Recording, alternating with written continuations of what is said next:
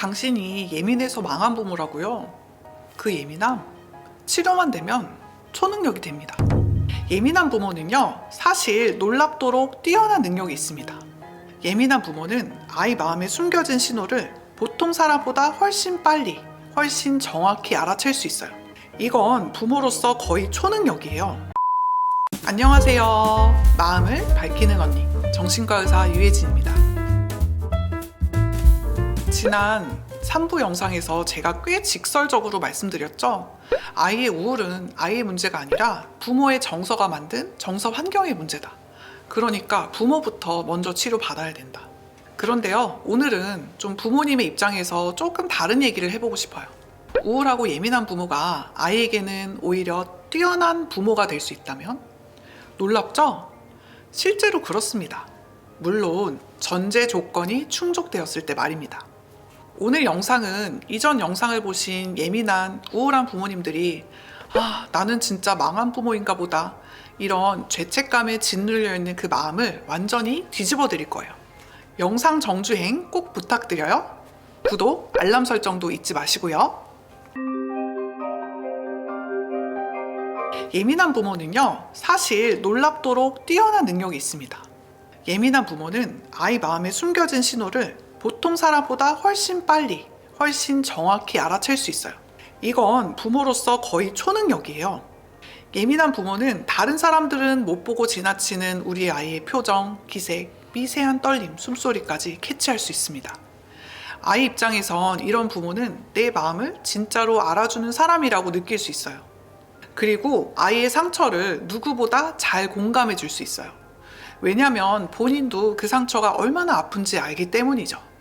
예민한 아이를 둔 예민한 부모님은요, 얘가 지금 이래서 힘들구나, 이걸 설명 안 해도 그냥 그대로 이해합니다.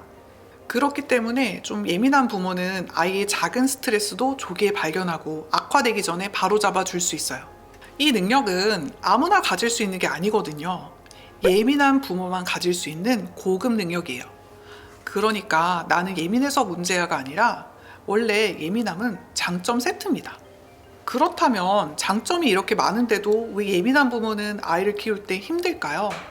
왜냐하면 육아는 감각의 폭격이에요. 일단 아이를 키워보시면요, 집이 깨끗할 수가 없어요. 막 똥기저귀 널브러져 있고 여기 치우면 저기 어질고 있고. 이 예민한 부모님들은 이런 감각적 작은 요소를 다른 사람들보다 더 강하게, 민감하게 느끼기 때문에 금방 에너지가 떨어집니다. 그리고 두 번째로, 육아는 감정 노동의 끝판왕이거든요. 예민한 부모는 감정을 쉽게 깊게 느끼는 특성 때문에 금방 지쳐요. 그래서 아이는 괜찮은데 부모가 먼저 무너지는 상황이 자주 옵니다. 그렇기 때문에 예민함은 분명히 장점이지만 관리가 되지 않으면 집안 분위기를 한순간에 흔들어 버리는 감정 스피커가 될 수도 있어요. 부모님이 불안해지면 그 불안은 말이 아니라 분위기로 먼저 퍼져요. 마치 방향제 뿌리면 집 전체 향기가 퍼지잖아요. 그렇게 부모의 감정도 순식간에 집안 가득히 퍼집니다. 그리고 아이는 그걸 하나도 빠짐없이 그대로 흡수해요. 부모가 말로는 괜찮다라고 해도 아이들은 그 말은 안 믿고요. 부모의 얼굴빛, 목소리, 떨림, 숨소리, 움직임, 속도를 봅니다. 그래서 부모가 조금만 초조해져도 아이의 뇌는 뭔가 위험한가 봐 하고 즉시 반응해요. 쉽게 설명드리자면 부모의 감정은 아이 마음의 날씨예요. 부모가 불안하면 아이의 하루는 흐리고 비 오고 천둥치고, 부모님이 안정되면 아이의 뇌는 바로 맑아져요. 아이들은 특히 유아기에는 양육자의 감정을 그대로 복사하는 시기이기 때문에 부모가 불안하면 아이도 아무 이유 없이 불안하고 예민해지는 거예요. 그래서 예민한 부모가 안정되면 아이도 놀라울 정도로 바로 안정되고, 부모가 흔들려 버리면 아이 감정도 똑같이 흔들려 버리는 거예요. 그렇다면 도대체 어떻게 하면 좋을까요? 결론은 심플합니다. 사실 타고난 예민함은 뇌의 체질 같은 거기 때문에 그걸 고친다고 예민함이 없어지는 건 아니에요. 그렇지만 잘 치료하면 고급 능력만 남기고 부정적 영향은 80% 이상 사라질 수 있어요. 우울함, 불안, 감정 폭발, 좌절, 자책, 이런 예민함의 어두운 면을 치료로 잘 다스리고 나면요, 예민한 부모는 가장 섬세하고 가장 따뜻하고 가장 민감하게 아이를 이해해주는 최고급 양육자가 됩니다. 그래서 저는 예민한 부모님께 이렇게 말씀드리는데요. 땡땡님, 당신은 문제 부모가 아니라 아이에게 필요한 정서형 인재예요. 근데 단 조건이 있어요. 그 능력을 무기로 쓰려면 먼저 당신부터 안정이 되셔야 돼요. 예민한 부모가 잘 치료받잖아요? 공감 능력은 더 깊어지고 감정 폭발은 줄어들고 환경 자극에 덜 민감해지고 또 우리 아이의 신호를 잘 읽되 과해석은 하지 않고 또 아이의 정서를 아프게 받지 않게 됩니다. 즉, 예민함의 장점은 남기고 단점만 깔끔히 정리될 수가 있다는 거죠. 이게 바로 부모 치료의 목적이에요. 이전 영상에서도 말씀드렸는데요. 부모의 정서가 안정되면 아이의 우울, 불안, 짜증, 무기력은 빠르면 2주, 늦어도 한두 달 안에 바뀝니다. 왜냐하면 아이의 뇌는 부모의 감정 상태를 기준으로 재정렬되기 때문이에요. 예민한 부모가 치료를 받아서 안정화되면 아이의 뇌는 이렇게 느낍니다. 아, 집이 안전하구나. 엄마 아빠가 평온하네. 나도 괜찮아도 되는구나. 이게 치료입니다. 약도, 상담도, 놀이치료도 중요하지만 부모 정서의 안정이 제일 먼저입니다.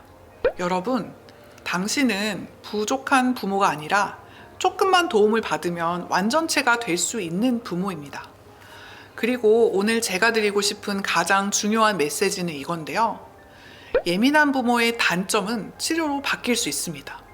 하지만 예민한 부모의 장점은 치료로 없어지지 않아요. 오히려 더 강해집니다. 그러니까 치료를 미루지 마세요. 치료는 당신이 나약해서가 아니라 당신이 너무 소중하기 때문에 필요한 겁니다. 당신이 회복되기 시작하면 아이의 정서, 뇌, 미래까지도 바꿀 수 있습니다. 우울하고 예민한 부모님들, 여러분은 망한 부모가 아닙니다. 오히려 그 반대예요. 아이 마음을 누구보다 잘 이해할 수 있는 사람, 아이의 작은 신호도 절대 놓치지 않는 사람, 그게 바로 당신입니다. 단지 지금은 예민함의 어두운 조절기가 너무 세게 올라와 있는 상태일 뿐이죠. 조절기만 낮추면 당신의 민감함은 아이에게 최고의 선물이 될 수 있어요. 부모님의 회복이 아이의 회복입니다. 이 영상이 도움이 되셨다면 좋아요, 구독, 알림 설정 부탁드립니다. 우리 아이 마음의 빛, 부모의 회복에서 시작됩니다. 지금까지 마음을 밝히는 언니였습니다. 감사합니다.